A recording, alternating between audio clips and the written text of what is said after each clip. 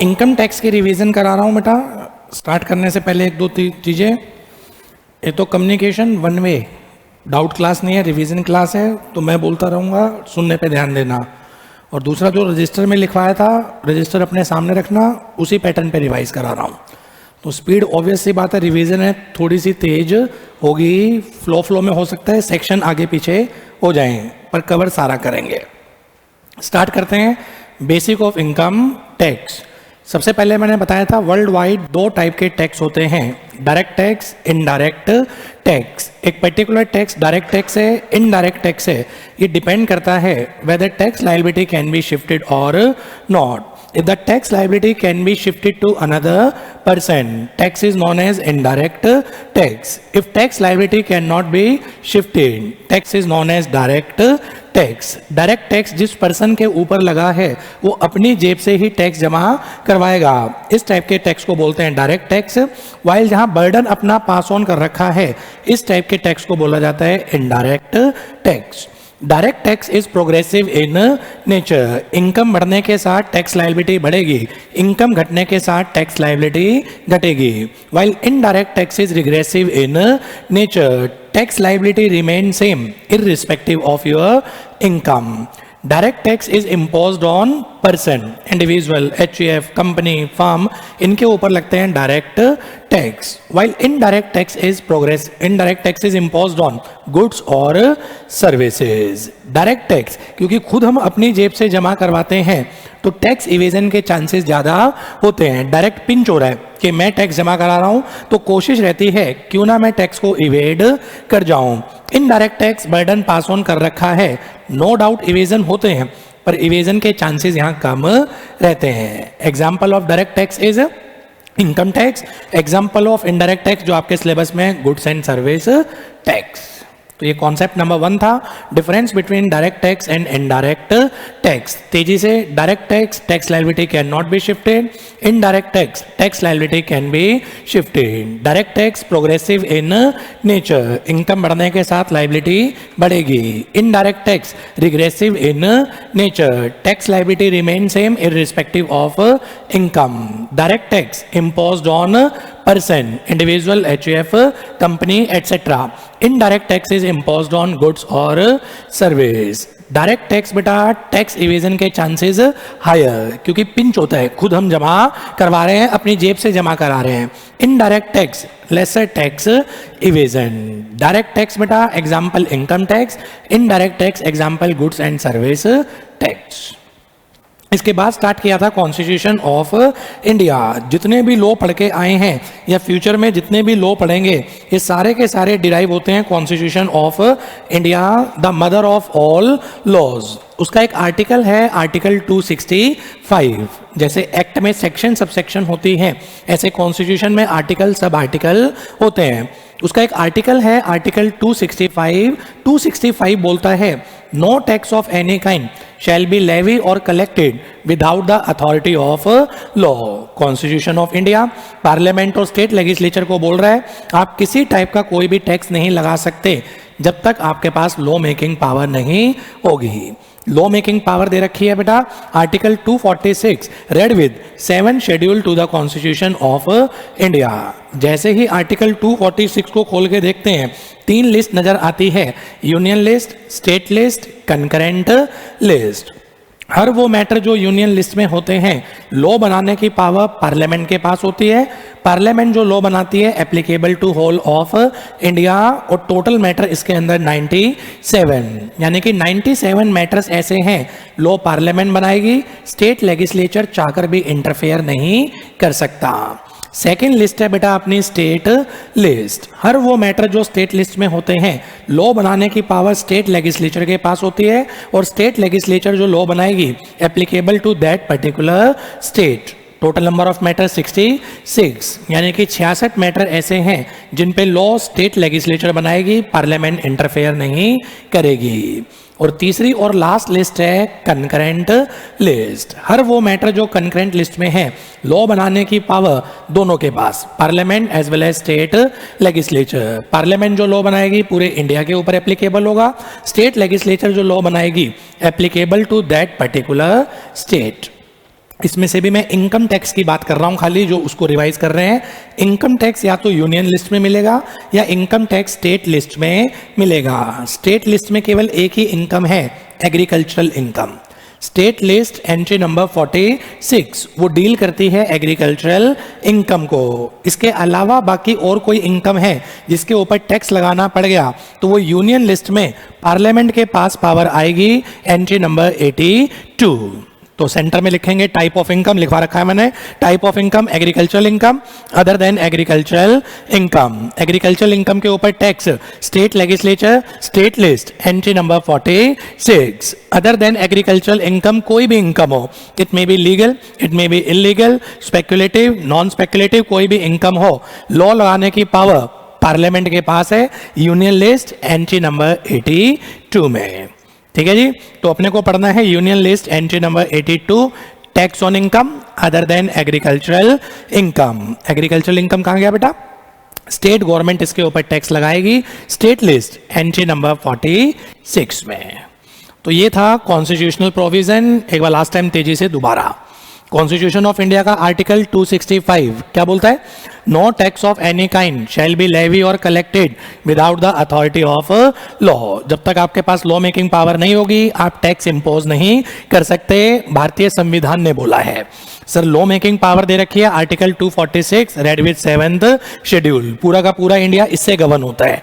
3 list होती हैं, union list, state list, concurrent list. Union list law बनाने की पावर पार्लियामेंट के पास, applicable to all of India, total number of matter 97। State list law बनाने की पावर स्टेट लेजिस्लेचर के पास, applicable to that particular state, total number of matter 66। Concurrent list law बनाने की पावर बेटा दोनों के पास, parliament as well as state legislature.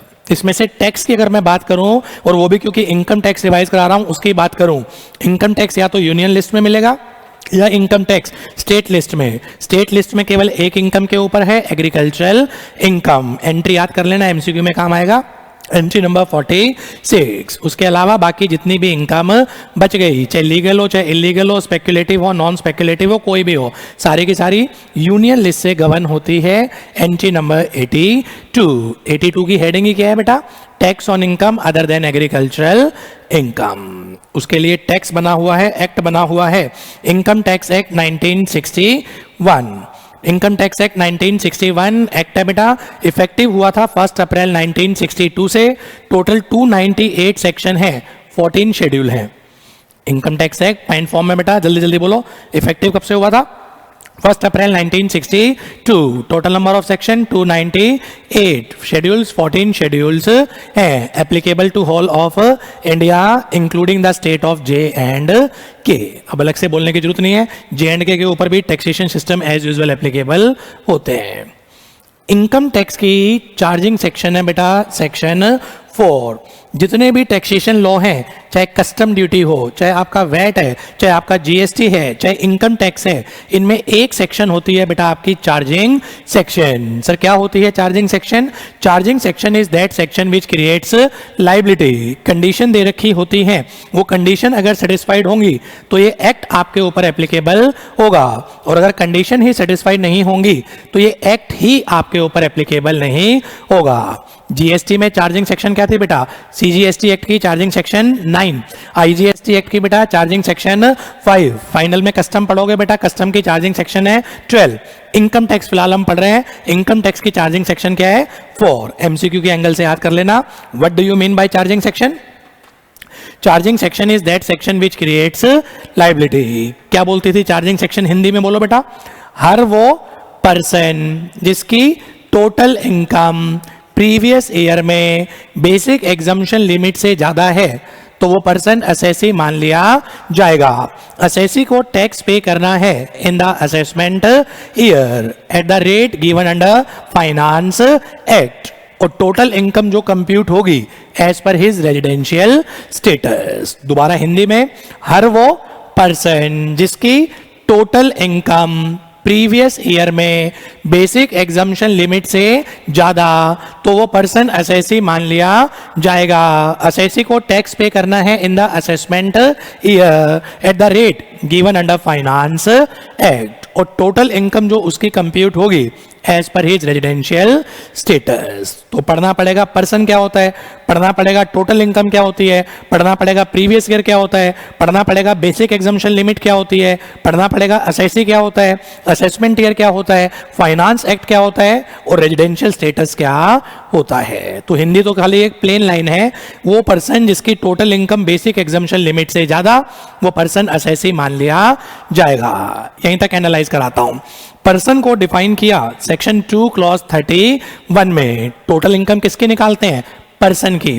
Person को डिफाइन किया सेक्शन 2 क्लॉज 31। टोटल 7 कैटेगरी होती है। पहले सातों के नाम फिर एनालाइज कराता हूं।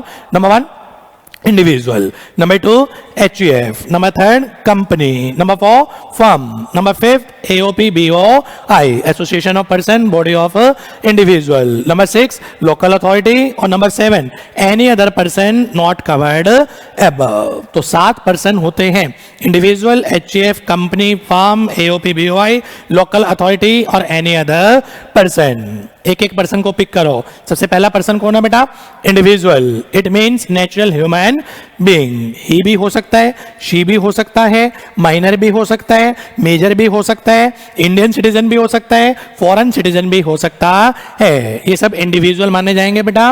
और सोल प्रोप्राइटरशिप कंसर्न इंडिविजुअल की हेडिंग में आती है। तो इंडिविजुअल में कुछ नहीं है पढ़ने लायक। इंडिविजुअल का मतलब natural human being. He, she, major, minor, Indian citizen, foreign citizen, ये सब आपके इंडिविजुअल की डेफिनेशन में आते हैं। इंडिविजुअल में बेटा सोल प्रोप्राइटरशिप फर्म भी आएगी।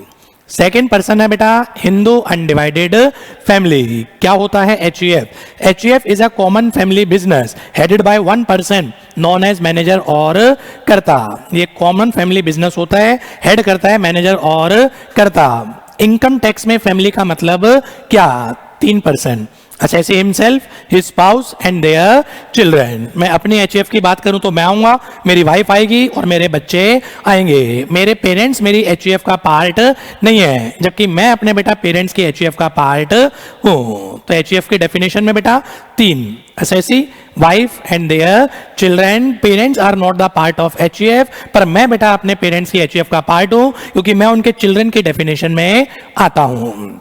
क्वेश्चन एक जो आपके लेवल पे बन सकता है, whether Jain and Sikh family is govern by the provision of HUF। Answer is yes, Jain and Sikh family is also govern by the provision of HUF। Income tax में HUF को एक सेपरेट असेसी मान रखा है। इसका पैन नंबर अलग से होता है, इसकी रिटर्न अलग से जाती है, बेसिक एग्जम्पशन लिमिट इसकी अलग से होती है। तो इनकम टैक्स की नजरों में दीपक जैन अलग है इंडिविजुअल, दीपक जैन की HUF अलग है।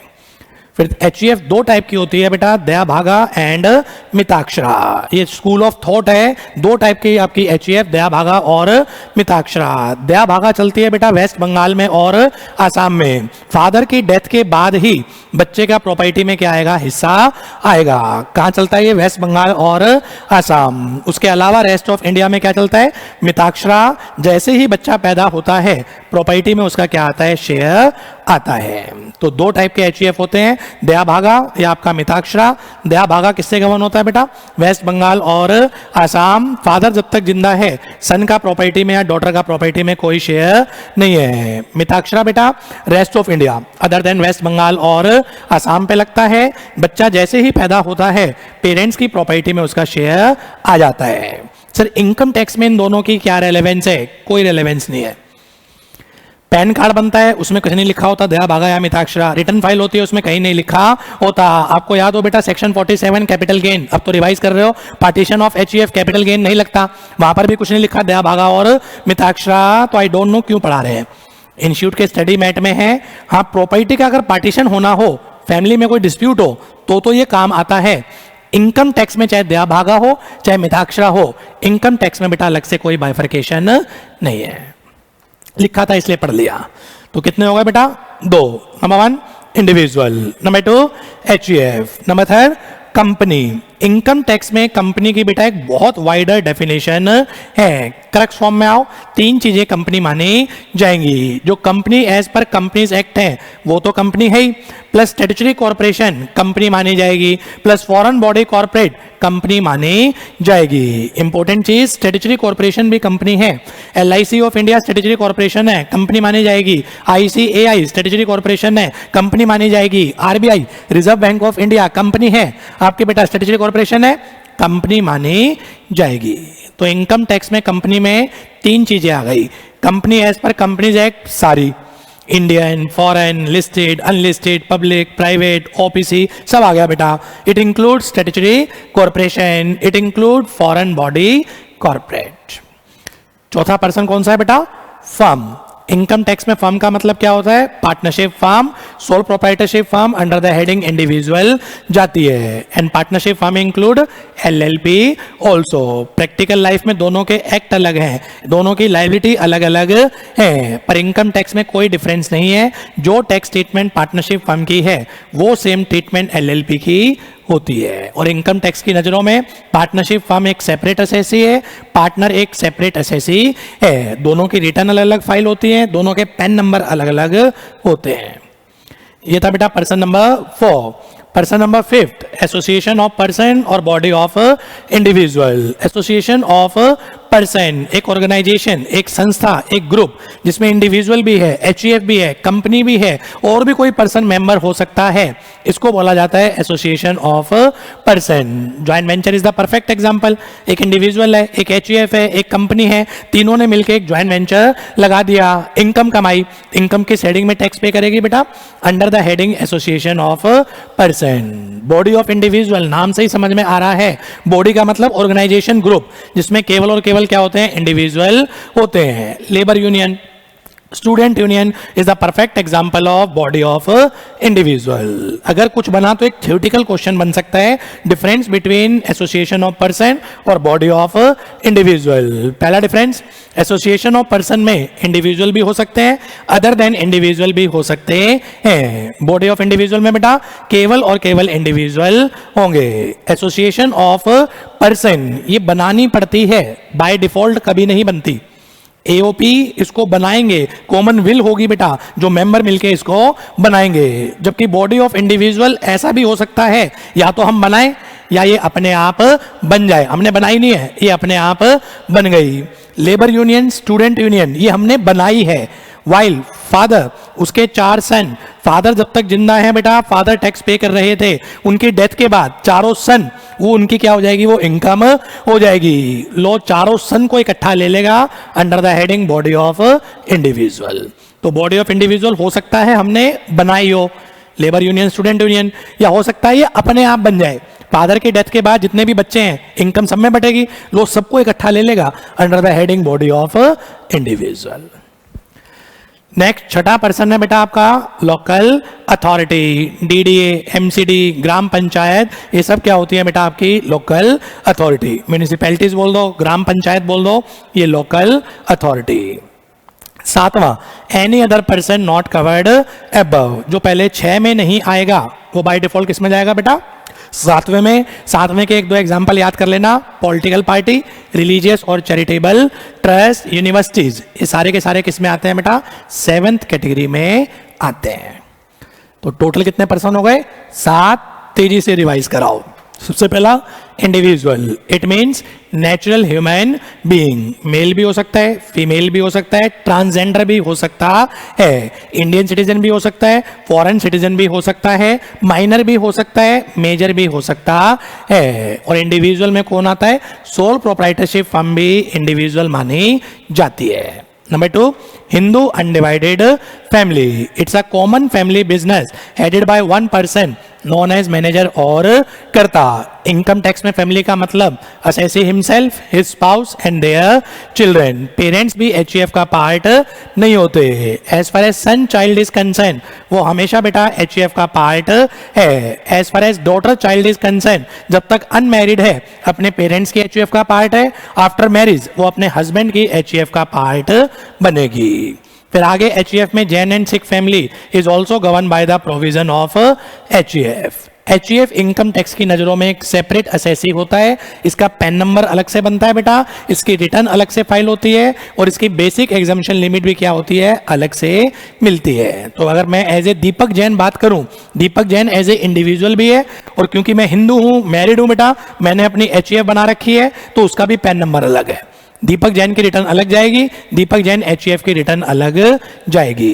फिर एचईएफ में स्टडी मैट में कॉन्सेप्ट दे रखा है दया भागा एंड मिताक्षरा, याद कर लेना, एमसीक्यू में आ सकता है बेटा। दया भागा वेस्ट बंगाल और आसाम में लगता है, सन के पास, बच्चे के पास राइट जब आएगा जब फादर की डेथ हो जाएगी। सेकंड कौन सा होता है, मिताक्षरा, वो लगता है अदर देन वेस्ट बंगाल और आसाम, द मोमेंट बच्चा पैदा होता है प्रॉपर्टी में उसका क्या होगा बेटा, शेयर होगा।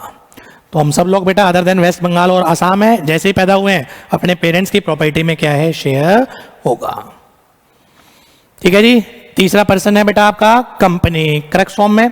कंपनी में तीन चीजें, number 1 company as per companies act, number 2 statutory corporation, number 3 foreign body corporate. Next इसके बाद बेटा फर्म, इनकम टैक्स में फर्म का मतलब partnership firm, it include LLP. Number 5 AOP और बीओआई। एओपी एक ग्रुप है जिसमें इंडिविजुअल भी मेंबर हो सकते हैं, अदर देन इंडिविजुअल भी हो सकते हैं। बीओआई केवल इंडिविजुअल मेंबर होंगे। एओपी को हमें बनाना पड़ता है, ये बाय चॉइस होती है, जबकि बीओआई बनाना भी पड़ सकता है और हो सकता है ये बाय डिफॉल्ट भी बन जाए।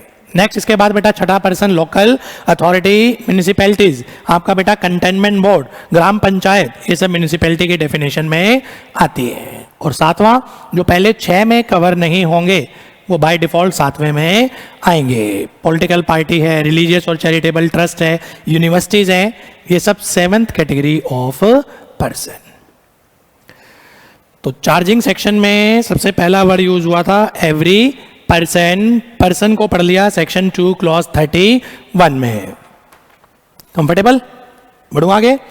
हर वो पर्सन जिसकी टोटल इनकम क्या होती है जी, total income. Law says gross total income में से चैप्टर 6 से डिडक्शन माइनस कर दो और deduction under section 10AA minus कर दो। दो चीजें माइनस होती हैं, चैप्टर 6 से deduction, deduction under section 10AA, तो बैलेंसिंग फिगर निकल के आती है आपकी total income, also known as taxable income. दोबारा बोलो, what do you mean by total income बेटा, gross total income minus chapter 6 से deduction minus deduction under section 10AA, balancing figure is known as total income, also known as taxable income. Sir, what is the definition of gross total income? Gross total income is the sum total of 5 income. Number 1, income received in India. Number 2, income deemed to be received in India. Number 3, income accrue or arise in India. Number 4, income deemed to accrue or arise in India. Number 5, income accrue or arise outside India. इन पांचों का total कर दें, इसको बोलते हैं gross total income. इसमें से minus कर दें चैप्टर 6 से डिडक्शन और बेटा डिडक्शन अंडर सेक्शन 10AA, तो निकल के आएगी टोटल इनकम।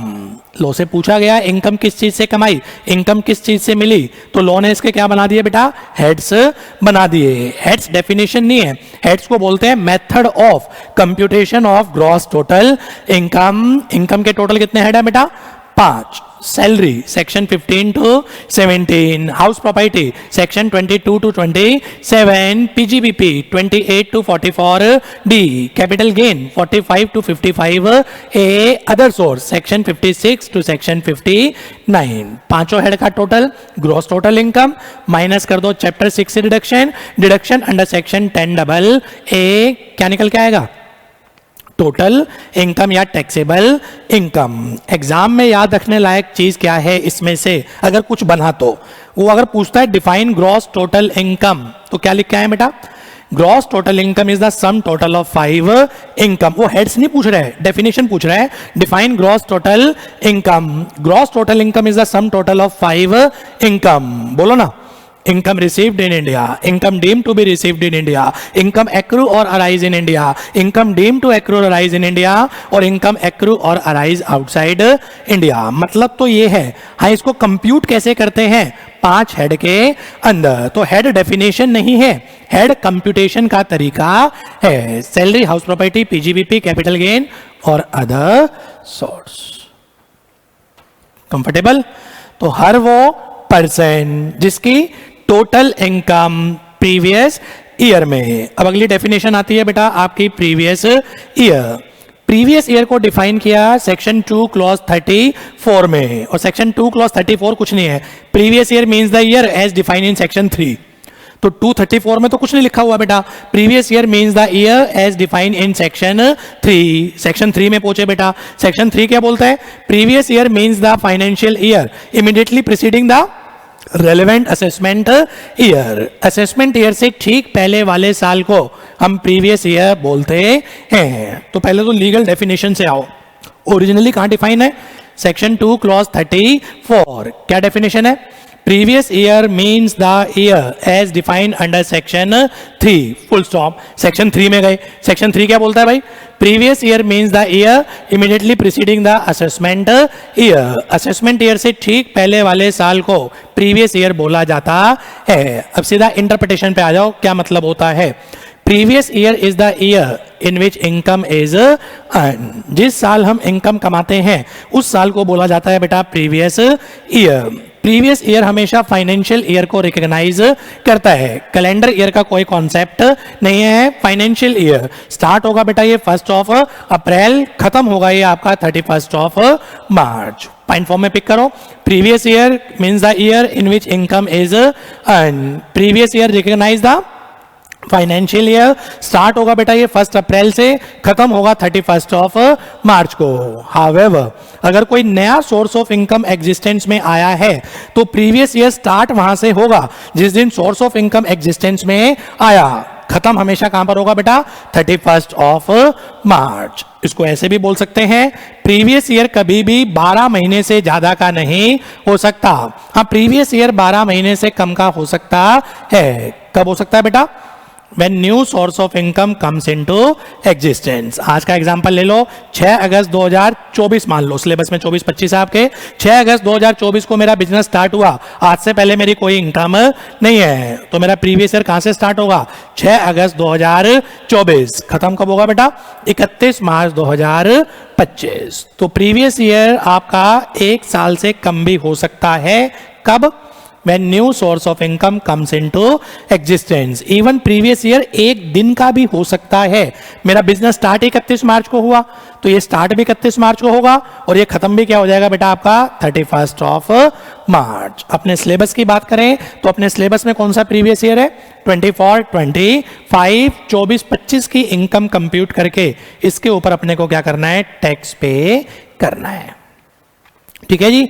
आपके बुक्स ऑफ अकाउंट कब क्लोज करते हैं, कोई दिवाली की Diwali books of account close कर रहा है, कोई ईद की ईद अपने बुक्स ऑफ अकाउंट बनाता है, कोई न्यू ईयर पे अपने बुक्स ऑफ अकाउंट बनाता है। इनकम टैक्सेस हम पागल हो जाएंगे। आपके बुक्स ऑफ अकाउंट कब क्लोज होते हैं हमें इससे मतलब नहीं, हम इनकम किस साल की निकालेंगे, प्रीवियस ईयर की। ठीक है जी। दोबारा लास्ट टाइम रिवाइज करा दो बेटा, लीगल डेफिनेशन भी और मतलब भी। बोलो, प्रीवियस ईयर डिफाइन कर रखा है सेक्शन 2 क्लॉज 34 में, बोलो नींद आ जाएगी बेटा। Previous year means the year as defined in section 3। पहुंचे सेक्शन 3 में, सेक्शन 3 क्या बोलता है, previous year means the year immediately preceding the assessment year. Assessment year से ठीक पहले वाले साल को प्रीवियस ईयर बोलते हैं। Analysis number 1, previous year is the year in which income is earn. जिस साल इनकम कमाएंगे उस साल को बोला जाता है प्रीवियस ईयर। सर इनकम तो हर साल कमाएंगे, तो क्या हर साल प्रीवियस ईयर होता है, आंसर इज यस। हर साल क्या आएगा, प्रीवियस ईयर आएगा। अपने सिलेबस में प्रीवियस ईयर क्या है बेटा, 24-25। तो previous year is the year in which income is earn. Number 2, previous year recognise the financial year. Calendar year का कॉन्सेप्ट नहीं है। ये स्टार्ट कब होगा बेटा, 1 अप्रैल, खत्म कब होगा, नेक्स्ट 31 मार्च। क्या प्रीवियस ईयर 12 महीने से ज्यादा का भी हो सकता है, आंसर इज नो। क्या प्रीवियस ईयर 12 महीने से कम का हो सकता है, yes. When new source of income comes into existence, तो ये स्टार्ट वहां से होगा जब सोर्स ऑफ इनकम एग्जिस्टेंस में आया, खत्म कब होगा बेटा 31 मार्च। तो इसको ऐसे भी बोल सकते हो, अगर सोर्स ऑफ इनकम पुराने चलते आ रहे हैं तो प्रीवियस ईयर स्टार्ट कहां से होगा, 1 अप्रैल से। अगर source of income first time existence में आया, पुराना नहीं है, तो जिस time source of income existence में आया प्रीवियस ईयर वहां से स्टार्ट होगा, खत्म हमेशा ये 31 मार्च को होगा। ठीक है जी। आपके बुक्स ऑफ अकाउंट कब क्लोज होते हैं, इनकम टैक्स को इससे मतलब नहीं है, वो आपका प्रीवियस ईयर की इनकम कंप्यूट करेगा, उसके ऊपर आपसे टैक्स लेगा। क्लियर? तो हमने पढ़ लिया हर वो पर्सन जिसकी टोटल इनकम प्रीवियस ईयर में बेसिक एग्जम्पशन लिमिट से ज्यादा है। तो अब अगला पॉइंट पढ़ा रहा हूं बेटा, बेसिक एग्जम्पशन लिमिट। नोट अपने सामने रखना। सर क्या होती है बेसिक एग्जम्पशन लिमिट? वो लिमिट जहां तक हमें टैक्स नहीं देना होता उस लिमिट को बोला जाता है बेसिक एग्जम्पशन लिमिट। सर क्या है वो लिमिट? फोकस रखना। इंडिविजुअल ओल्ड टैक्स रिजीम में है या न्यू टैक्स रिजीम में है? अगर ओल्ड टैक्स रिजीम में है पहले उस पे आओ। अगर रेजिडेंट इंडिविजुअल है, एज 80 ईयर या उससे ज्यादा है, तो बेसिक एग्जम्पशन लिमिट है 5 लाख। अगर रेजिडेंट इंडिविजुअल एज 60 ईयर या उससे ज्यादा है पर 80 से कम, तो बेसिक एग्जम्पशन लिमिट है 3 लाख। इसके अलावा अगर कोई एनी अदर इंडिविजुअल है, एनी अदर में कौन आ जाएगा बेटा? 60 से कम वाले सारे, इवन 60 से ऊपर भी आ जाएंगे, 80 से ऊपर भी आ जाएंगे, अगर वो नॉन रेजिडेंट है। उनकी बेसिक एग्जम्पशन लिमिट कितनी है? 2.5 लाख। दोबारा बोलता हूं, इंडिविजुअल के ओल्ड टैक्स रिजीम में 3 बेसिक एग्जम्पशन लिमिट हैं, 5 लाख, 3 लाख, 2.5 लाख। रिवाइज कराओ बोल बोल के। 5 लाख किसकी है? रेजिडेंट इंडिविजुअल एज 80 ईयर और मोर 5 लाख। 3 लाख किसकी है? रेजिडेंट इंडिविजुअल एज 60 ईयर और more but less than 80 year. और 2.5 लाख किसकी है बेटा? Any other individual. जो आपका ए और बी में नहीं आएगा वो कैटेगरी सी में आएगा। एनी अदर इंडिविजुअल कौन आएंगे इसमें? 60 साल से कम वाले सारे आ जाएंगे, 60 से ऊपर वाले भी आ जाएंगे, 80 से ऊपर वाले भी आ जाएंगे, अगर वो नॉन रेजिडेंट होंगे। ठीक है जी। तो ओल्ड टैक्स रिजीम में 3 बेसिक एग्जम्पशन लिमिट है, 2.5 lakh, 3 lakh, 5 lakh. New tax regime में 3 लाख। न्यू टैक्स रिजीम में केवल 3 लाख। सेकंड पर्सन है बेटा एचयूएफ। ओल्ड टैक्स रिजीम में 2.5 लाख, न्यू टैक्स रिजीम में 3 lakh. AOP BOI old tax regime में 2.5 लाख, न्यू टैक्स रिजीम में 3 lakh. Any other person old tax regime में बेटा आपका 2.5 लाख, न्यू टैक्स रिजीम में 3 lakh. Local authority old new कुछ होता ही नहीं है बेटा, इनकी बेसिक एग्जम्पशन लिमिट होती है निल। पार्टनरशिप फर्म एलएलपी इनकी बेसिक एग्जम्पशन लिमिट निल, और कंपनी बेसिक एग्जम्पशन लिमिट निल। तो ये है आपकी बेसिक एग्जम्पशन लिमिट सातों पर्सन की। सातों एक बार आप रिवाइज कराओ। Individual, old tax regime, new tax regime. Old tax regime में 3 लिमिट है, 2.5 लाख, 3 लाख, 5 लाख। 5 लाख किसकी है? रेजिडेंट इंडिविजुअल, रेजिडेंट होना चाहिए और एज 80 साल या उससे ज्यादा। 3 लाख किसके है? रेजिडेंट इंडिविजुअल एज 60 साल या उससे ज्यादा, 80 से कम। और 2.5 लाख किसके हैं? Any other individual. Any other में कौन कौन आएगा बेटा? जो 60 से कम है, चाहे रेजिडेंट हो चाहे नॉन रेजिडेंट हो। इवन जो 60 से ऊपर है और 80 से ऊपर है वो भी आ जाएंगे अगर वो नॉन रेजिडेंट होंगे, इनके 2.5 लाख। और न्यू टैक्स रिजीम में चाहे 60 से ऊपर है, चाहे 80 से ऊपर है, चाहे रेजिडेंट है, चाहे नॉन रेजिडेंट है, सबकी लिमिट कितनी है? 3 lakh. HUF old tax regime 2.5 lakh, new tax regime 3 lakh. AOP BOI old tax regime 2.5 lakh, new tax regime 3 lakh. Any other person बेटा old tax regime 2.5 lakh, new tax regime 3 lakh. Local authority, partnership firm, LLP और company nil. Nil का मतलब 1 रुपया भी कमाएंगे इन्हें tax pay करना पड़ेगा। Comfortable sir? ठीक है जी। हाँ, basic exemption limit cooperative society की बात करें उसकी अलग चलती थी बेटा, उनकी निल नहीं थी। उनमें 10,000 का टैक्स रेट होता था, लिखवाया था आखिरी में टैक्स रेट वाले में, वहां रिवाइज कराऊंगा। फिलहाल ये समझ में आ गया। तो हर वो पर्सन जिसकी टोटल इनकम प्रीवियस ईयर में बेसिक एग्जम्पशन लिमिट से ज्यादा, तो वो पर्सन क्या मान लिया जाएगा? असेसी मान लिया जाएगा। असेसी को डिफाइन किया सेक्शन 2 क्लॉज 7। समझ में आ रहा है ना? भागा भाग तो नहीं हो रही। पर्सन हो गया, ग्रॉस टोटल इनकम हो गई, प्रीवियस ईयर हो गया, बेसिक एग्जम्पशन लिमिट हो गई। हिंदी में क्या था? हर वो पर्सन जिसकी टोटल इनकम प्रीवियस ईयर में बेसिक एग्जम्पशन लिमिट से ज्यादा, वो पर्सन असेसी मान लिया जाएगा। असेसी को डिफाइन किया सेक्शन 2 क्लॉज 7। नोट्स अपने सामने रखना। Assessee means any person by whom any tax or any other is sum is payable under income tax act. दोबारा, Assessee means any person by whom any tax or any other sum is payable under income tax act. हर वो person जिसको income tax act में कोई tax देना है या any other सम देना है, एनी अदर सम में कोई इंटरेस्ट है, फाइन है, पेनल्टी है, ये पे करना है, तो वो पर्सन असेसी मान लिया जाएगा। एक स्टेटमेंट लिखवाई थी बेटा मैंने, यहां से निकली थी, every assessee is a person while every person need not to be an assessee। जैसे मैं आप लोगों की बात करूं, आप लोग इंडिविजुअल हैं, पर्सन है, पर आपको कोई टैक्स पे नहीं करना, आप असेसी नहीं है। मैं इंडिविजुअल हूं, मुझे टैक्स भी पे करना है, तो मैं क्या मान लिया जाऊंगा बेटा, असेसी मान लिया जाऊंगा। तो दोबारा बोलो, assessee means any person by whom any tax or any other sum is payable under income tax act। Comfortable बेटा, जिसको कोई टैक्स इंटरेस्ट पेनल्टी पे करनी है तो वो पर्सन क्या मान लिया जाएगा, असेसी मान लिया जाएगा। एंड इंक्लूड 3 असेसी, 3 टाइप के असेसी और इस डेफिनेशन में आते हैं। पहला, every assessee in respect of whom any proceeding is taken under income tax act for his income or the income of any other person for which he is assessable. Hindi कर दो, हर वो person जिसके against income tax ने कोई कार्यवाही initiate कर दी, वो person assessee मान लिया जाएगा। आप लोग ने बेटा कभी कोई टैक्स पे नहीं करा, कभी कोई रिटर्न फाइल नहीं करी, डीमोनेटाइजेशन के टाइम आपके पेरेंट्स ने आपके अकाउंट में 10 लाख रुपए जमा करवा दिए, इनकम टैक्स ने नोटिस भेज दिया, आओ आके प्रूव करो इनकम का सोर्स क्या है, तो आप क्या मान लिए जाओगे, असेसी मान लिए जाओगे। कोई भी पर्सन जिसके अगेंस्ट इनकम टैक्स ने कोई भी कार्यवाही इनिशिएट कर दी, वो पर्सन असेसी मान लिया जाएगा।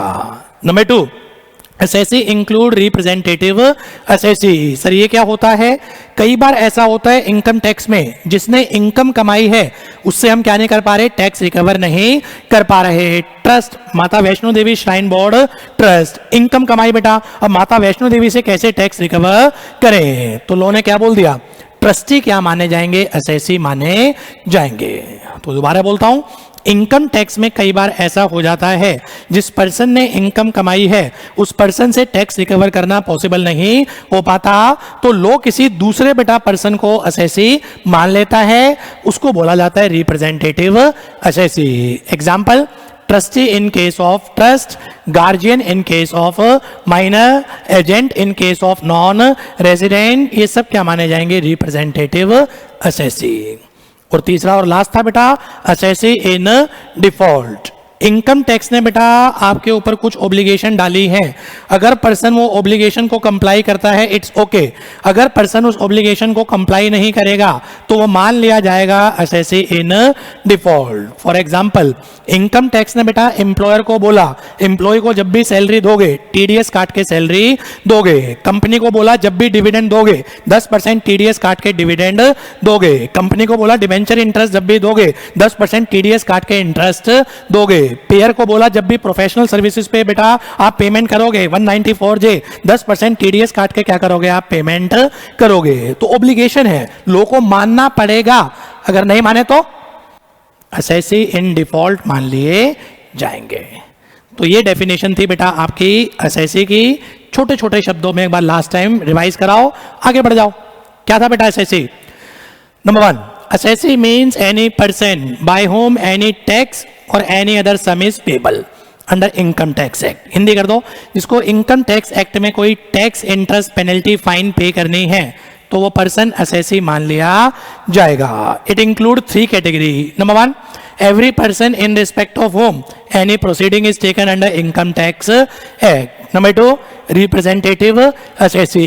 Number 3, assessee in default. Clear? वापस पहुंचो चार्जिंग सेक्शन पे, क्या क्या पढ़ लिया? हर वो पर्सन जिसकी टोटल इनकम प्रीवियस ईयर में बेसिक एग्जम्पशन लिमिट से ज्यादा है तो वो पर्सन असेसी मान लिया जाएगा। असेसी को टैक्स कब पे करना होता है? In the assessment year. अगली डेफिनेशन है बेटा असेसमेंट ईयर, सेक्शन 2 क्लॉज 9 के अंदर असेसमेंट ईयर को डिफाइन किया। डेफिनेशन तो बड़ी सिंपल सी है, क्या बोलती है? It means a period of 12 month commencing from 1 April. Assessment year की डेफिनेशन की बात करें बेटा, it means a period of 12 month commencing from 1 April. Purpose solve नहीं हुआ जी, ये क्या होता है, क्या होता है assessment year? Assessment year is the year in which assessee is liable to pay tax. Actually previous year में हम income कमाते हैं, असेसमेंट ईयर में हम उसका टैक्स पे करते हैं। लॉसेस करंट ईयर में इनकम कमाइए, अगले साल उसका टैक्स पे कीजिए। फोकस रखो, करंट ईयर में इनकम कमाइए, अगले साल उसका टैक्स पे कीजिए। तो जिस साल कमा रहे हैं उसको क्या नाम दिया? Previous year. अगले साल उसका टैक्स देंगे, उसको क्या बोलेंगे बेटा हम? Assessment year. तो अगर प्रीवियस ईयर 24-25 में कमाएंगे तो इसका टैक्स कब देंगे? असेसमेंट ईयर 25-26 में। प्रीवियस ईयर 25-26 में कमाएंगे तो इसका टैक्स कब पे करेंगे? असेसमेंट ईयर 26-27 में। तो पहले लीगल डेफिनेशन बोलो बेटा। Assessment year means a period of 12 month starting from 1 अप्रैल। इसका मतलब बोलो बेटा, assessment year is the year in which assessee is liable to pay tax. It always succeeds the previous year. ये ठीक previous year के बाद आता है। और crux of the matter, current year में previous year में income कमाते हैं, अगले साल असेसमेंट ईयर में इसका टैक्स पे करते हैं। और बेटर अंडरस्टैंडिंग के लिए ऐसे समझ लो, हर साल अपने आप में डबल रोल प्ले करता है। 24-25 में मैंने इनकम कमाई तो ये क्या हो जाएगा? Previous year. जबकि 23-24 के लिए क्या है ये? Assessment year. अगले साल फिर मैं इनकम कमाऊंगा, 25-26 में मैं इनकम कमाऊंगा तो वो क्या हो जाएगा? Previous year. अपने पहले वाले के लिए क्या हो जाएगा? Assessment year. तो हर साल प्रैक्टिकल लाइफ में क्या करता है? डबल रोल प्ले करता है। डिफरेंस फॉर्म में लो बेटा, difference between previous year and assessment year बोलो। Previous year is the year in which income is earned. Assessment year is the year in which tax is required to be paid. Previous year can be of less than 12 months. Assessment year shall always be of 12 months. Previous year always precedes the assessment year. ये assessment year से पहले आता है। Assessment year always succeeds the previous year. तो income tax का एक basic concept है, income is earned in the previous year and tax is required to be paid in the assessment year. previous year में income कमाइए, assessment year में इसका tax पे कीजिए। इस कॉन्सेप्ट को बोला जाता है प्रीवियस ईयर रूल। तो एग्जाम में थ्योरेटिकल क्वेश्चन यही आता है इस चैप्टर में से, what do you mean bye previous year rule? क्या है बेटा प्रीवियस ईयर रूल?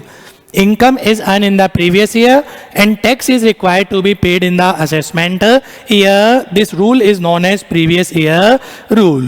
इसकी 5 एक्सेप्शन है। क्या मतलब इसका? 5 केसेस ऐसे हैं जहां प्रीवियस ईयर की इनकम के ऊपर टैक्स प्रीवियस ईयर में ले लेंगे, असेसमेंट ईयर की वेट नहीं करेंगे। तो एग्जाम में थ्योरेटिकल क्वेश्चन जो बनेगा, define previous year rule and it's exception. Focus रखो, बोलो what is previous year rule?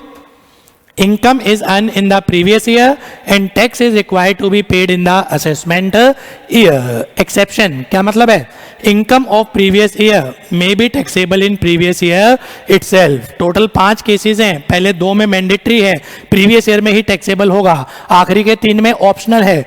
एओ चाहे तो प्रीवियस ईयर में ले ले, एओ चाहे तो बेटा असेसमेंट ईयर की फैसिलिटी दे दे। 5 पॉइंट रिवाइज कराओ जल्दी से। जहां करंट ईयर की इनकम पे करंट ईयर में टैक्स लग सकता है, बोलो।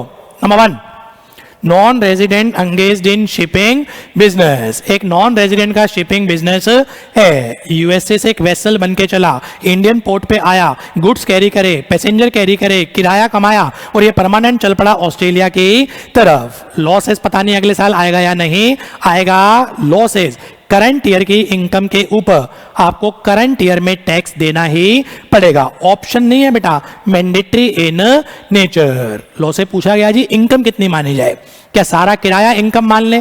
खर्चे भी तो हैं। तो लॉ सेज टोटल किराए का 7.5% आपकी इनकम मानी जाएगी। इंडिया से जितना भी किराया कमाया, बता कितना किराया कमाया जी? 1 करोड़ रुपए कमाया, 1 करोड़ का 7.5%, 7.5 लाख रुपए इनकम मानी जाएगी। इसके ऊपर टैक्स जमा करा दे और इंडिया से बाहर चला जा।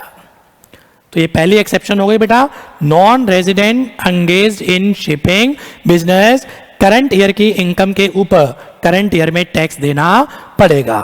सेकंड एक्सेप्शन बेटा, पर्सन लिविंग इंडिया परमानेंटली, एक पर्सन आज परमानेंट क्या कर रहा है बेटा, इंडिया छोड़ के जा रहा है, तो लॉ सेज ये परमानेंट छोड़ के जा रहा है, अगले साल आएगा नहीं, टैक्स पता नहीं देगा या नहीं देगा, तो लॉ से जितनी करंट ईयर में इनकम कमाई है इसके ऊपर करंट ईयर में टैक्स जमा करवा मैंडेटरी है, उसके बाद ही इंडिया से बाहर जाने देंगे। तो पहला हेडिंग याद करते रहो बस। Number 1, non-resident engaged in shipping business. Number 2, person leaving India permanently. Number 3, AOP BOI form for a particular purpose and purpose is over within previous year. एक यूएस की पार्टी, एक रशिया की पार्टी, एक India की party, तीनों party ने क्या लगा दिया बेटा, ज्वाइंट वेंचर लगा दिया। वो ज्वाइंट वेंचर आज खत्म हो गया 6 अगस्त 2024 को। इसके बाद हर पार्टी अपनी अपनी कंट्री में चली जाएगी, कहाँ इनसे टैक्स रिकवर करेंगे, असेसमेंट ईयर में मिलना मुश्किल है। लॉसेस करंट ईयर की इनकम के ऊपर आप करंट ईयर में टैक्स पे कर जाओ। तो AOP BOI form for a particular purpose, purpose is over with in previous year, तो करंट ईयर की इनकम पे टैक्स करंट ईयर में देना पड़ेगा। Number 4, discontinued business. अगर ड्यूरिंग द बेटा टेन्योर ऑफ ईयर आपका बिजनेस डिसकंटिन्यू हो गया तो आप करंट ईयर की इनकम के ऊपर करंट ईयर में टैक्स पे करेंगे। एग्जाम्पल बेटा, बोनी bank, bank of New York, India में वो अपना बिजनेस कैरी कर रहा है, बिजनेस सस्टेन नहीं कर पा रहा, नहीं चल पा रहा, लोगों के समझ में नहीं आ रहा कि बोनी बैंक क्या होता है। वो आज अपना बिजनेस क्या कर रहा है, वाइंड अप कर रहा है आज 6 अगस्त को।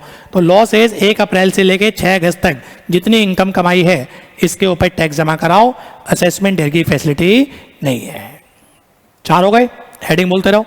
Number 1, non-resident engaged in shipping business. Number 2, person leaving India permanently. Number 3, AOP BOI form for a particular purpose and purpose is over within previous year. Number 4, discontinued business. Number 5, transfer of asset for avoidance of tax. होता क्या है, मुझे पता है previous year में कमाऊंगा, मुझे पता है असेसमेंट ईयर में टैक्स पे करूंगा। असेसमेंट ईयर में भी कब टैक्स पे करते हैं, due date of filing of return से पहले।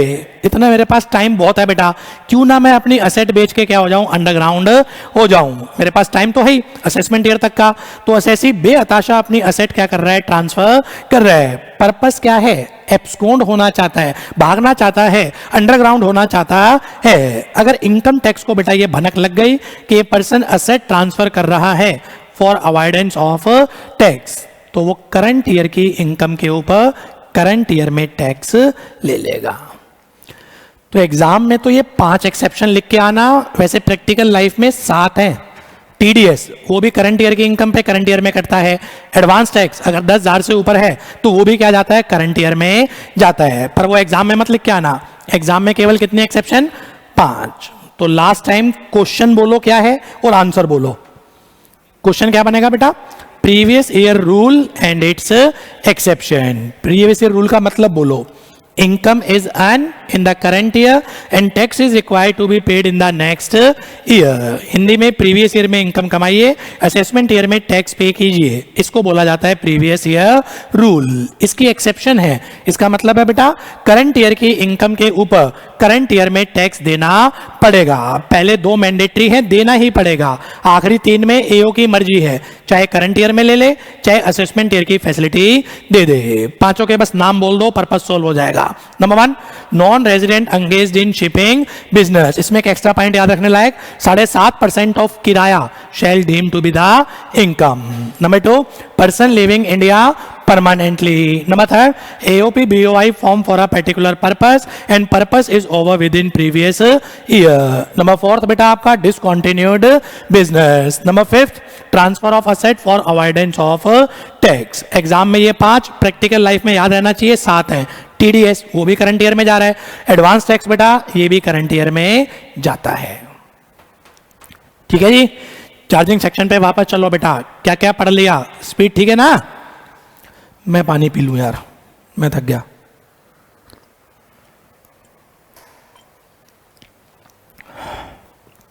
चलो, हर वो पर्सन जिसकी टोटल इनकम प्रीवियस ईयर में बेसिक एग्जम्पशन लिमिट से ज्यादा, वो पर्सन असेसी मान लिया जाएगा।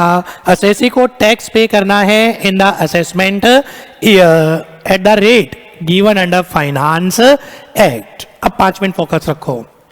इनकम टैक्स, कुछ इनकम तो ऐसी है जिसका tax rate income tax act के अंदर लिखा हुआ है। Short term capital gain 111A आपका बेटा 20% या 15% as the case may be. Long term capital gain आपका बेटा 20% या 12.5% as the case may be. Casual income 30% है, कंसील इनकम 60% है। ये सारे रेट कहाँ लिखे हुए हैं? इनकम टैक्स एक्ट के अंदर। वाइल जो स्लैब रेट होते हैं वो इनकम टैक्स एक्ट के अंदर नहीं है, वो फाइनेंस एक्ट से आते हैं। दोबारा, क्योंकि अब आपने सारा एक्ट पढ़ लिया है, तो मैक्रो लेवल से अगर देखें कुछ रेट तो कहां दे रखे हैं? इनकम टैक्स एक्ट के अंदर। Winning from lottery 30% income tax act के अंदर है। Conceal income 60% income tax act के अंदर है। Short term capital gain 112A 1.25 lakh तक माफ, उसके ऊपर टैक्सेबल होगा, वो आपका इनकम टैक्स एक्ट के अंदर है। वाइल जो नॉर्मल स्लैब रेट होते हैं ये इनकम टैक्स में नहीं होते हैं, ये फाइनेंस एक्ट से आते हैं। क्या होता है फाइनेंस एक्ट? हर साल रूलिंग पार्टी के फाइनेंस मिनिस्टर पार्लियामेंट में एक प्रपोजल लेके आते हैं जिसे हम बजट बोलते हैं। जनरली बेटा ये आपका फरवरी में आता है, कानून नहीं है, अंग्रेजों के जमाने से ट्रेंड बना हुआ है। बजट फरवरी में आता है, पार्लियामेंट के दोनों हाउसेज में इसको प्रेजेंट करते हैं, अपर हाउस में और लोअर हाउस में। इस बजट में एक टैक्स का डॉक्यूमेंट होता है, उस टैक्स के डॉक्यूमेंट को बोलते हैं फाइनेंस बिल। बजट में पूरी इकोनॉमी एज ए होल उसकी कहानी होती है। डिफेंस में क्या करना है, एजुकेशन में क्या करना है, मेडिकल सेक्टर में क्या करना है, फार्मा सेक्टर में क्या करना है, ऑटोमोबाइल में क्या करना है, हर सेक्टर की डिटेल होती है। उसके अंदर टैक्स का एक डॉक्यूमेंट होता है, उस डॉक्यूमेंट को हम क्या बोलते हैं बच्चे? Finance bill. ये बजट दोनों हाउसेज ऑफ पार्लियामेंट में प्रेजेंट हो जाता है, अपर हाउस और लोअर हाउस। इस पे डिबेट चलती है। जब डिबेट कंप्लीट हो जाती है एंड प्रेसिडेंट ऑफ इंडिया अपनी एसेंट दे देते हैं, then finance bill become the finance act. Maximum कितने दिन के अंदर अंदर? 75 डेज के अंदर अंदर। यहां तक दोबारा, हर साल रूलिंग पार्टी के फाइनेंस मिनिस्टर पार्लियामेंट में बेटा बजट प्रेजेंट करते हैं। फरवरी में आता है, कानून नहीं है, अंग्रेजों के जमाने से ट्रेंड है। बजट में पूरी इकोनॉमी एज ए होल उसकी कहानी होती है। उसमें एक टैक्स का डॉक्यूमेंट होता है बजट के अंदर, उसको हम क्या बोलते हैं? Finance bill. पार्लियामेंट के दोनों हाउसेज में ये प्रेजेंट कर देते हैं, अपर हाउस और लोअर हाउस। इस पे डिबेट चलती है। जब डिबेट कंप्लीट हो जाती है और प्रेसिडेंट ऑफ इंडिया अपनी एसेंट दे देते हैं, then finance bill become the finance act. और ये सारी कहानी कितने दिन के अंदर? 75 दिन के अंदर निपट जाती है। आपके सिलेबस में है बेटा finance act 2024। Finance act income tax वाला पोर्शन जैसे खोल के देखें, ये 4 पार्ट में नजर आता है। बोलो। Part A current year tax rate, part B next financial year TDS rate salary को छोड़ के, part C advance tax rate and TDS rate on salary. अब तो आपने टीडीएस पढ़ लिया था, सैलरी पे टीडीएस क्या होता है? एक्चुअल रेट से होता है, जो एक्चुअल टैक्स बन गया डिवाइड बाय 12। तो इसलिए पार्ट सी में क्या है? एडवांस टैक्स रेट और टीडीएस रेट ऑन सैलरी। और पार्ट डी क्या था?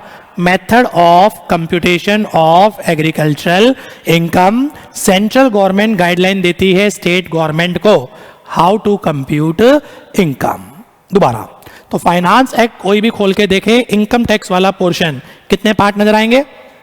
4। कई बार ABCD लिखता है, कई बार 1 2 3 4 लिखता है। तो पार्ट 1 में क्या होगा बेटा? Current year tax rate. Part 2 में क्या होगा बेटा आपका? Next financial year TDS rate other than salary. Part C में क्या होगा बेटा आपका? Advance tax rate and TDS rate on salary. और पार्ट 4 क्या होगा? Method of computation of agricultural income. Central government guideline देती है स्टेट गवर्नमेंट को how to compute agricultural income. और जो ये पार्ट सी होता है, ये अगले बजट में क्या बन जाता है? पार्ट ए। या इसको ऐसे बोल दो, जो इस बजट का पार्ट ए है वो पिछले बजट का क्या होता है? Part C. या इसको ऐसे भी बोल दो, करंट ईयर के टैक्स रेट कहां से मिल सकते हैं? करंट बजट के पार्ट ए से या पिछले बजट के बेटा पार्ट सी से। तो ए कुछ भी नहीं होता, पिछले बजट का पार्ट सी करंट बजट में क्या बन गया? ए बन गया। इसको ऐसे भी बोल दो, अमेंडमेंट जो आती हैं वो किस में आती है? बी में और सी में। अमेंडमेंट जितनी भी आती हैं वो बी में और सी में, ए में कुछ नहीं होता। क्यों? पिछले बजट का पार्ट सी इस बजट का क्या बन गया बेटा? वो पार्ट ए।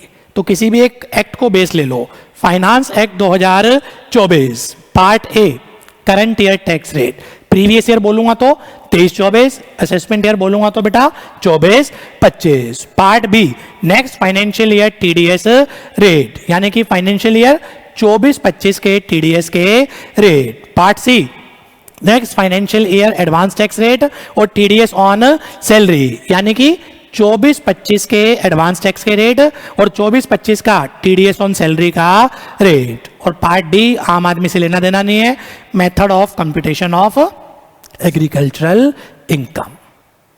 तो प्रैक्टिकल लाइफ में बजट जो भी अमेंडमेंट लाता है वो किस में लाता है बेटा, पार्ट बी में और सी में, और दोनों ही कब से इफेक्टिव होते हैं, नेक्स्ट फाइनेंशियल ईयर। बी भी है नेक्स्ट फाइनेंशियल ईयर, सी भी जो होगा नेक्स्ट फाइनेंशियल ईयर। जो सी होता है वो ऑटोमेटिक क्या बन जाता है बेटा, part A. Just for knowledge, exam में कोई पूछेगा नहीं। हर वो पर्सन जिसकी टोटल इनकम प्रीवियस ईयर में बेसिक एग्जम्पशन लिमिट से ज्यादा, तो वो पर्सन क्या मान लिया जाएगा बेटा, असेसी मान लिया जाएगा। असेसी को टैक्स पे करना है in the assessment year with the rate given under finance act. कुछ रेट तो कहाँ दे रखे हैं, इनकम टैक्स एक्ट के अंदर, और जो स्लैब वाली इनकम होती है ये रेट कहाँ से आते हैं बेटा, फाइनेंस एक्ट। इसमें एक ही क्वेश्चन बन सकता है, फाइनेंस बिल फाइनेंस एक्ट कब बनता है।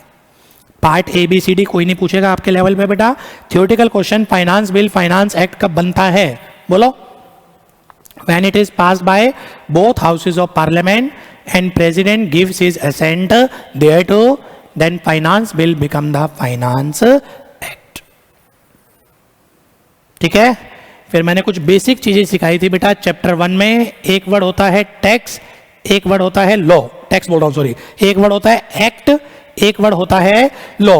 दोनों में डिफरेंस बताओ एक बार जल्दी से।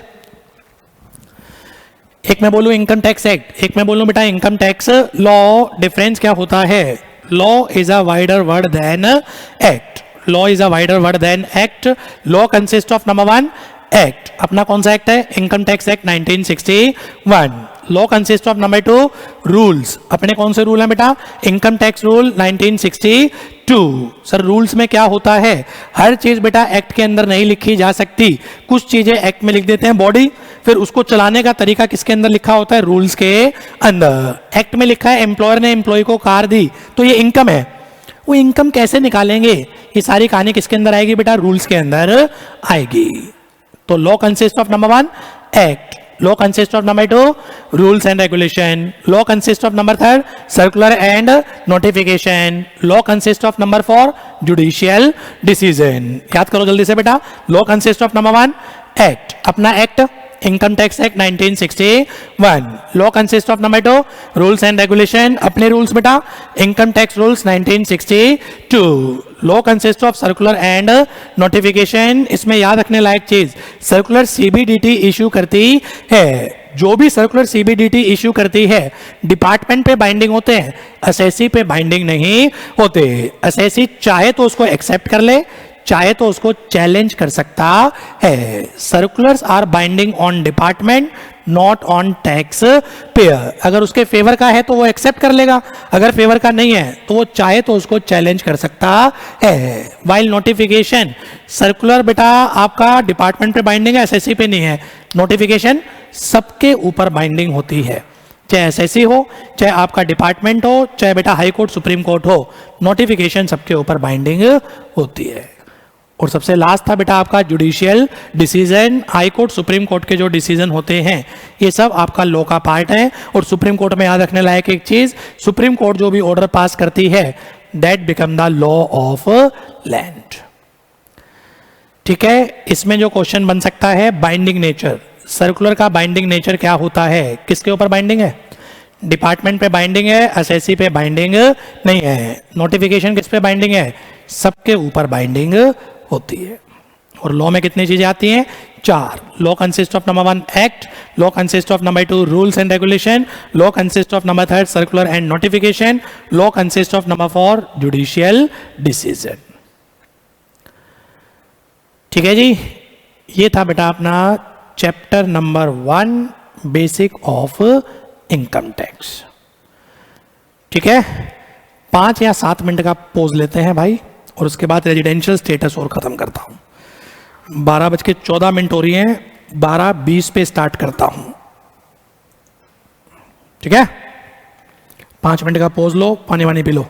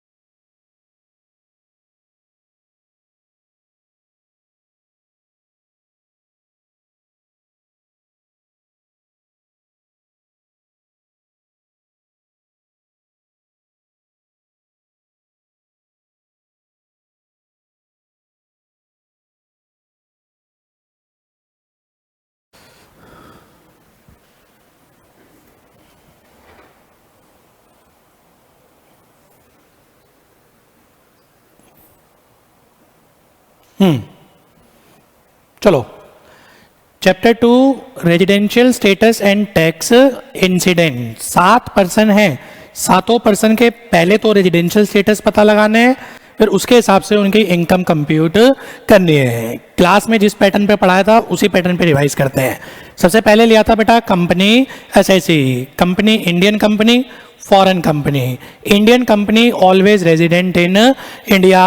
Poem place of effective management Indian company के केस में चेक नहीं करते, इंडियन कंपनी हमेशा रेजिडेंट होती है। फॉरेन कंपनी या तो रेजिडेंट होगी या फॉरेन कंपनी नॉन रेजिडेंट होगी। चेक करते हैं प्लेस ऑफ इफेक्टिव मैनेजमेंट। अगर फॉरेन कंपनी का place of effective management India में है तो फॉरेन कंपनी रेजिडेंट होगी। फॉरेन कंपनी का place of effective management outside India है तो फॉरेन कंपनी आपकी बेटा नॉन रेजिडेंट होगी। खत्म। Indian company always resident irrespective of poem.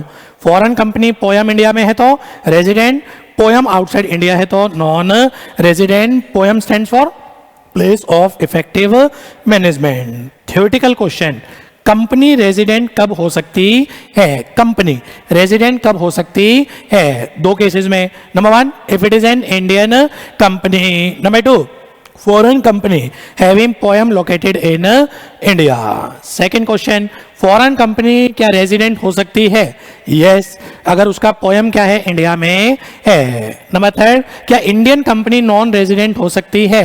Answer is no, Indian company can never be non resident, Indian company shall always और always resident. तो खत्म करो। Company Indian, foreign, Indian company always resident in India, POEM check मत करना कहीं मर्जी हो।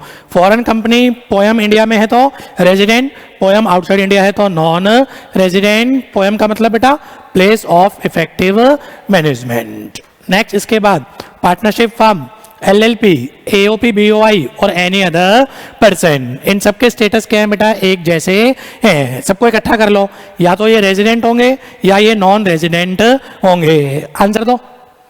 अगर control and management wholly or partially India में है तो ये रेजिडेंट माने जाएंगे। उल्टा, अगर 100% कंट्रोल आउटसाइड इंडिया है तो ये नॉन रेजिडेंट माने जाएंगे। दोबारा बोल रहा हूं, partnership firm, LLP, AOP, BOI और एनी अदर पर्सन और लोकल अथॉरिटी, इन सबके स्टेटस क्या है बेटा? आपके एक जैसे हैं, या तो रेजिडेंट या नॉन रेजिडेंट। रेजिडेंट कब है? When control and management is wholly or partly situated in India. Non resident when control and management is wholly situated outside India। तो ये पॉसिबल है कि इंडियन फर्म नॉन रेजिडेंट हो जाए अगर 100% कंट्रोल बाहर हो। ये भी पॉसिबल है बाहर की पार्टनरशिप फर्म इंडिया में रेजिडेंट हो जाए अगर जरा सा भी कंट्रोल क्या आ गया साहब? इंडिया में आ गया। नेक्स्ट, इसके बाद हिंदू अनडिवाइडेड फैमिली, पढ़ाया तो सबसे लास्ट में था, रिवाइज पहले करा देता हूं। हिंदू अनडिवाइडेड फैमिली के 3 स्टेटस होते हैं, R and O R, R and N O R, N R. R and O R कब होगी? HUF when it's control and management is wholly or partly situated in India and karta satisfies both of the additional condition. HUF R and N O R कब होगी बेटा? When control and management is wholly or partly situated in India and karta satisfies one or none of the additional condition. HUF non resident कब होगी बेटा? When control and management is Holi situated outside India. तो HUF resident है या non resident है? पहले check करते हैं कंट्रोल एंड मैनेजमेंट, सीधा कर्ता को चेक नहीं करते। अगर control and management Holi outside India है, खत्म, नॉन रेजिडेंट। अगर HUF का control and management wholly or partially India में है तो रेजिडेंट। अब रेजिडेंट ऑर्डिनरली है या नॉट ऑर्डिनरली है, क्या चेक करेंगे? कर्ता की एडिशनल कंडीशन। अगर दोनों कंडीशन सेटिस्फाइड है तो आर एंड ओ आर, दोनों में से एक सेटिस्फाइड है, एक भी सेटिस्फाइड नहीं है, R and N O R. तो HUF के कुल मिला के कितने स्टेटस? 3। कौन कौन से 3? R and O R. Revise कराओ। R and O R, control and management wholly or partly situated in India and karta satisfies both of the additional condition. R and N O R, control and management is wholly or partially situated in India and karta satisfies one or none of the additional condition. Non-resident when control and management is wholly situated outside India. Major आते हैं individual पे, ये थोड़ा सा लेंदी है, 2 बार revise कराता हूं इसको। तो इंडिविजुअल 2 बेसिक कंडीशन दी, इंडिविजुअल या तो रेजिडेंट होगा या इंडिविजुअल नॉन रेजिडेंट होगा। कोई भी एक बेसिक कंडीशन सेटिस्फाइड कर दे तो रेजिडेंट होता है, जो कोई भी बेसिक कंडीशन सेटिस्फाइड ना कर पाए तो नॉन रेजिडेंट होता है। बेसिक कंडीशन नंबर 1, वो रेलेवेंट प्रीवियस ईयर 24-25 में 182 दिन या उससे ज्यादा के लिए इंडिया में होना चाहिए। करेक्ट ले लो, 24-25 आपके सिलेबस में है बेटा, 24-25 में 182 दिन या उससे ज्यादा के लिए इंडिया में होना चाहिए। अगर सेटिस्फाइड है तो रेजिडेंट, अगर सेटिस्फाइड नहीं है तो सेकंड कंडीशन चेक करते हैं। डायरेक्ट कभी सेकंड कंडीशन नहीं लगाई जाती, पहले फर्स्ट, वो सेटिस्फाइड नहीं है तो ही सेकंड। तो फर्स्ट कंडीशन दोबारा बोलो। रेलेवेंट प्रीवियस ईयर में, रेलेवेंट प्रीवियस ईयर 24-25, वो 24-25 में 182 दिन या उससे ज्यादा के लिए इंडिया में होना चाहिए। सेकंड कंडीशन पे तब जाते हैं जब फर्स्ट सेटिस्फाइड नहीं है। सेकंड क्या बोलती है, 24-25 में 60 दिन या उससे ज्यादा के लिए होना चाहिए एंड पहले के 4 सालों में 365 दिन या उससे ज्यादा के लिए होना चाहिए। तो 24-25 में 60 डेज और मोर एंड है पहले के 4 सालों में 365 दिन या उससे ज्यादा। ये दोनों पॉइंट अगर सेटिस्फाइड हैं तो सेकंड कंडीशन सेटिस्फाइड मानी जाएगी, treated as resident in India. अगर करंट ईयर में 60 डेज है, पहले के 4 सालों में 365 दिन नहीं है, या आपका करंट ईयर में 60 डेज नहीं है पर पहले के 4 सालों में 365 है, तो सेकंड कंडीशन सेटिस्फाइड नहीं मानी जाएगी। सेकंड कंडीशन क्या है, 60 एंड 365 डेज और मोर।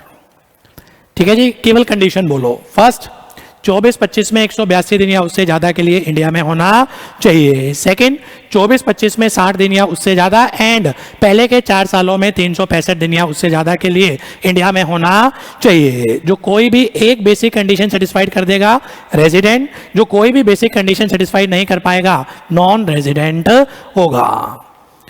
बेसिक प्रिंसिपल, बेसिक कंडीशन 2 होती हैं, हाउएवर 3 एक्सेप्शन है जहां पर केवल फर्स्ट बेसिक कंडीशन देखी जाती है। वो सेटिस्फाइड है तो रेजिडेंट, वो सेटिस्फाइड नहीं है तो नॉन रेजिडेंट। इसको ऐसा भी बोल सकते हैं बेटा, 3 केसेस में अगर 182 दिन या उससे ज्यादा है तो क्या हो जाएगा, वो रेजिडेंट। 182 से कम है तो नॉन रेजिडेंट।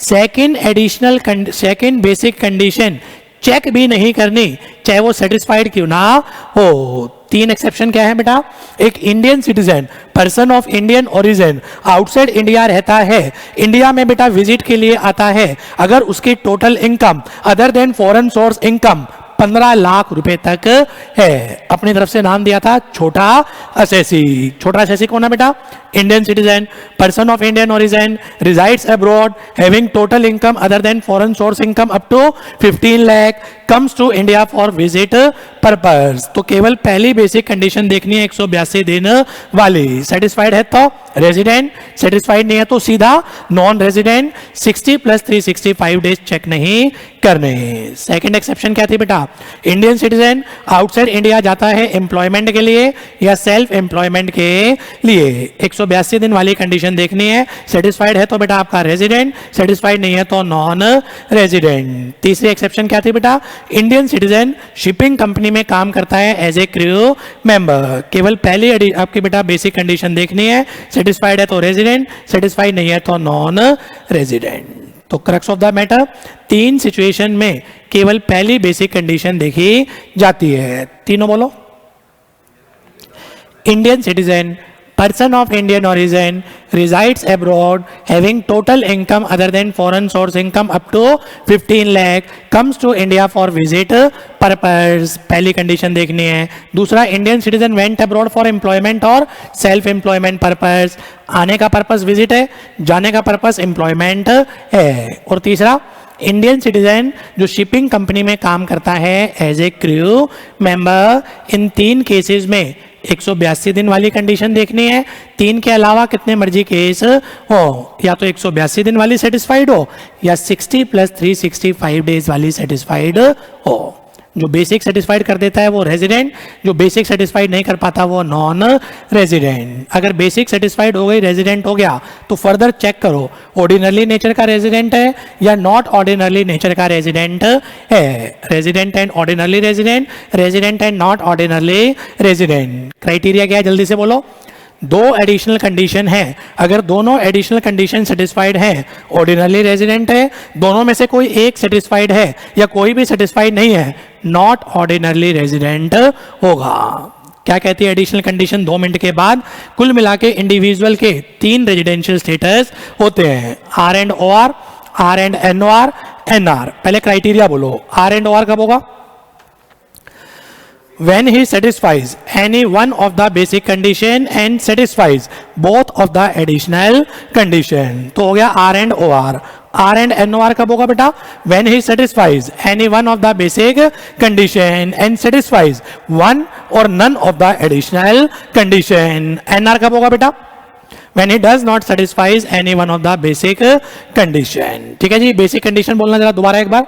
24-25 में 182 दिन या उससे ज्यादा के लिए इंडिया में होना चाहिए, या फिर सेकंड कंडीशन 24-25 में 60 दिन या उससे ज्यादा के लिए, एंड पहले के 4 सालों में 365 दिन या उससे ज्यादा के लिए। जब भी कभी 182 दिन चेक करो, 60 दिन चेक करो, 365 दिन चेक करो, it may be at one place, it may be at different place, it may be in continuity, it may be in bits and pieces, it may be in landmass, it may be in territorial water of India। तो 182, 60 या 365 जब भी गिनेंगे, इकट्ठे भी हो सकते हैं, bits and pieces में भी हो सकते हैं, एक जगह भी हो सकते हैं, डिफरेंट प्लेस पे भी हो सकते हैं, लैंड मास पे भी हो सकते हैं, even territorial water of India में भी हो सकते हैं। याद रखने लायक चीज बेटा, जिस दिन इंडिया में आया और जिस दिन इंडिया से गया, ये दोनों दिन बेटा इंडिया में काउंट होंगे।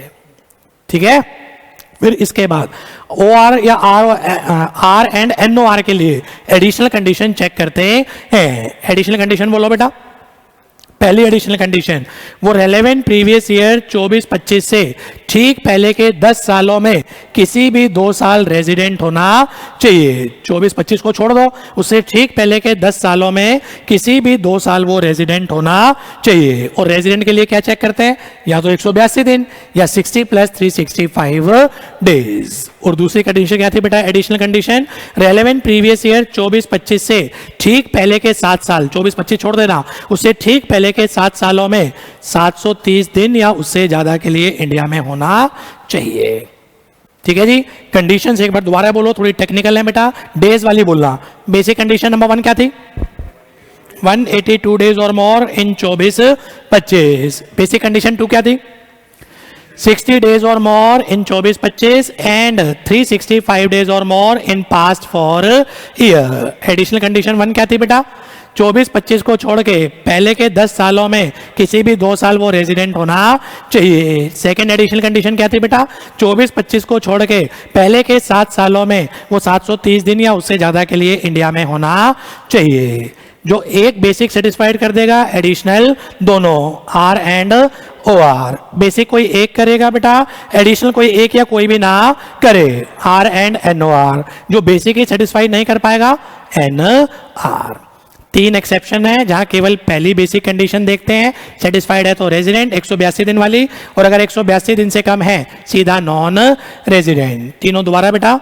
पहला, Indian citizen, person of Indian origin, resides abroad, having total income other than foreign source income up to 15 lakh, comes to India for visit purpose। 182 दिन से कम के लिए आएगा करंट ईयर में तो नॉन रेजिडेंट है, 182 या उससे ज्यादा होगा तो रेजिडेंट होगा। Indian citizen went abroad for employment purpose. तीसरा, इंडियन सिटीजन शिपिंग कंपनी में काम करता है एज ए क्रू मेंबर। इन 3 केसेस में केवल पहली बेसिक कंडीशन। कौन होता है person of Indian origin? Assessee खुद, उसके पेरेंट। एक तो फॉरेन सिटीजन को चेक कर रहे हैं, इंडियन सिटीजन को चेक नहीं करते। पर्सन ऑफ इंडियन ओरिजिन हम किसको चेक करते हैं बेटा? Foreign citizen. या तो वो खुद, या उसके मम्मी पापा, या दादा दादी, या नाना नानी। 7 हो गए। या तो खुद, या मम्मी, या पापा, या दादा, या दादी, या नाना, या नानी 15 अगस्त 1947 से पहले या तो इंडिया में पैदा हुए हैं, या पाकिस्तान में पैदा हुए हैं, या बांग्लादेश में पैदा हुए हैं। वो पर्सन क्या मान लिया जाएगा, पर्सन ऑफ इंडियन ओरिजिन। तो मैं चेक कर रहा हूं डोनाल्ड ट्रंप, आजकल ये ज्यादा लाइमलाइट में है बेटा, Donald Trump person of Indian origin है या नहीं। या तो ये नालायक खुद, या इनके मम्मी पापा, या इनके दादा दादी, या इनके नाना नानी, इन सातों में से कोई भी एक 15 अगस्त 1947 से पहले या तो इंडिया में या पाकिस्तान में या बांग्लादेश में पैदा हुए हों तो डोनाल्ड ट्रंप क्या मान लिए जाएंगे, person of Indian origin. Indian citizen को चेक नहीं करते, फॉरेन सिटीजन को चेक करते हैं कि पर्सन ऑफ इंडियन ओरिजिन है या नहीं है। यहां तक कंफर्टेबल। अब समस्या, अगर टोटल इनकम 15 लाख तक है तो 182 दिन वाली कंडीशन, अगर टोटल इनकम 15 लाख से ऊपर है तो क्या होगा। तो सामने ध्यान देना बेटा, अगर कोई इंडियन सिटीजन, लिखना मत, आपने लिख रखा है, Indian citizen person of Indian origin outside India रहता है, इंडिया में किसके लिए आ रहा है, comes to India for visit purpose, total income other than foreign source income लिखा हुआ समझ में आ रहा है ना, समझ में तो क्या आ रहा होगा। Indian citizen person of Indian origin resides outside India, comes to India for visit purpose, total income other than foreign source income या तो 15 लाख तक है या 15 लाख से ज्यादा है। डायग्राम बनवाया होगा मेरे ख्याल में।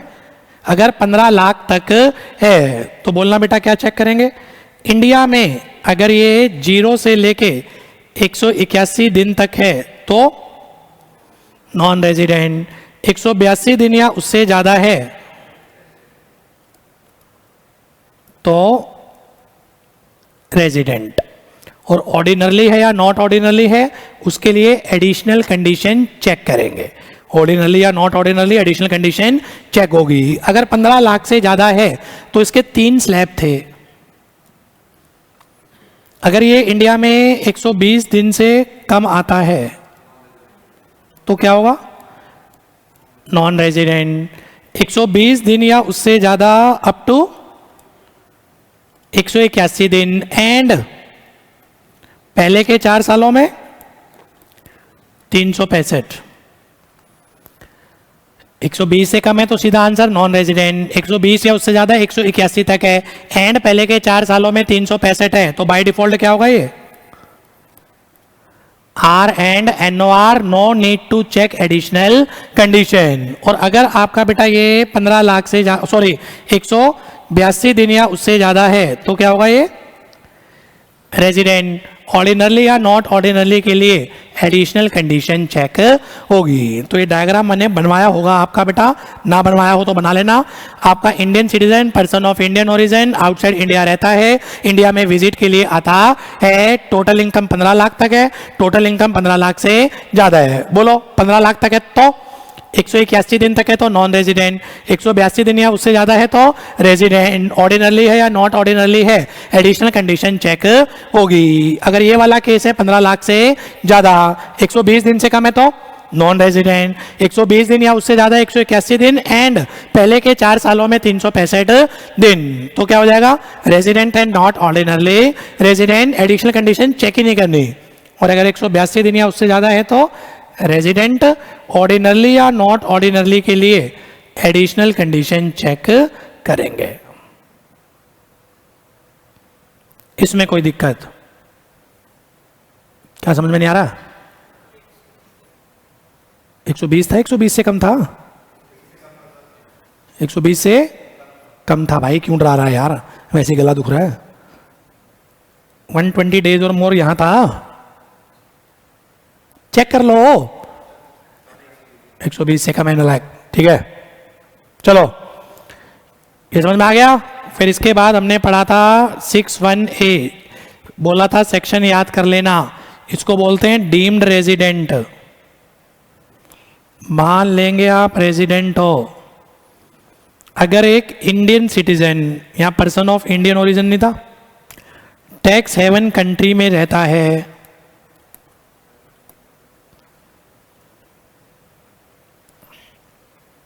एक Indian citizen tax haven country में रहता है और टोटल इनकम कितनी है इसकी, 15 लाख से ज्यादा है, तो अगर ये कोई बेसिक कंडीशन सेटिस्फाइड कर दे तो रेजिडेंट, अगर कोई भी बेसिक कंडीशन सेटिस्फाइड ना करे तो बाय डिफॉल्ट ये होता है R and N O R, applicable Indian citizen, resides in tax haven country. और तीसरी कंडीशन बेटा, टोटल इनकम इसकी 15 लाख से ज़्यादा होनी चाहिए। अगर बेसिक कंडीशन सेटिस्फाइड कर देगा तो रेजिडेंट है, अगर बेसिक कंडीशन कोई भी सेटिस्फाइड ना कर पाए तो by default resident and not ordinarily resident.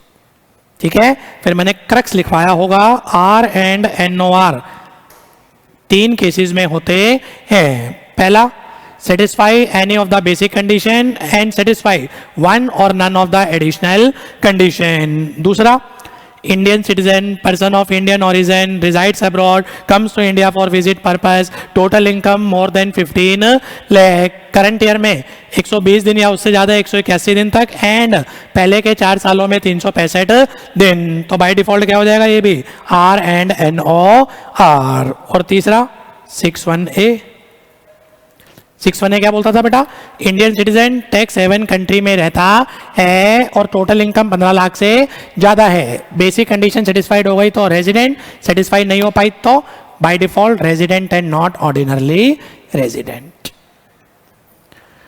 Clear. फिर इसके बाद बेटा मैंने आपको पढ़ाया था, इंडियन सिटीजन शिपिंग कंपनी में काम करता है as a crew member. Indian citizen shipping company में काम करता है एज ए क्रू मेंबर। जिस दिन उसने जाने का सीडीसी साइन किया और जिस दिन वापस आने का सीडीसी साइन करेगा। इंडियन सिटीजन शिपिंग कंपनी में काम करता है एज ए क्रू मेंबर और इंटरनेशनल जर्नी पे है। कंडीशन याद करो, इंडियन सिटीजन शिपिंग कंपनी में काम करता है, क्रू मेंबर और इंटरनेशनल जर्नी पे है। जिस दिन जाने का सीडीसी साइन होगा और जिस दिन वापस आने का सीडीसी साइन होगा। ये टेन्योर कहाँ माना जाएगा उसका, आउटसाइड इंडिया। तो मैं एक इंडियन सिटीजन हूँ, शिपिंग कंपनी में काम करता हूँ, इंटरनेशनल जर्नी में हूँ। मेरी जर्नी स्टार्ट हुई है बेटा 6 अगस्त 2024 को, जर्नी जाके खत्म हुई है 16 अक्टूबर 2024 को। तो 6 अगस्त 2024 से 16 अक्टूबर 2024 मेरा कहां पर माना जाएगा, आउटसाइड इंडिया माना जाएगा। ये था आपका total residential status of individual. 7 person के बेटा रेजिडेंशियल स्टेटस वाइंड अप हो गए। रेजिडेंशियल स्टेटस हर साल अलग अलग निकालते हैं। 1 साल रेजिडेंट तो ऐसा नहीं है लाइफ टाइम रेजिडेंट, या 1 साल नॉन रेजिडेंट तो लाइफ टाइम नॉन रेजिडेंट, हर साल अलग अलग निकलते हैं। और दूसरा बेटा, इंडिविजुअल के रेजिडेंशियल स्टेटस का सिटीजनशिप से कोई लेना देना नहीं है। ये भी पॉसिबल है कि बाहर का सिटीजन इंडिया में रेजिडेंट हो जाए, और ये भी पॉसिबल है कि इंडिया का सिटीजन क्या हो जाए बच्चे, नॉन रेजिडेंट हो जाए। तो ये थे अपने 7 पर्सन के बेटा रेजिडेंशियल स्टेटस। उसके बाद क्या लिया था मैंने, कोई छूटा तो नहीं उसमें, टैक्स इंसिडेंस था। पेन हो रही है गले में यार।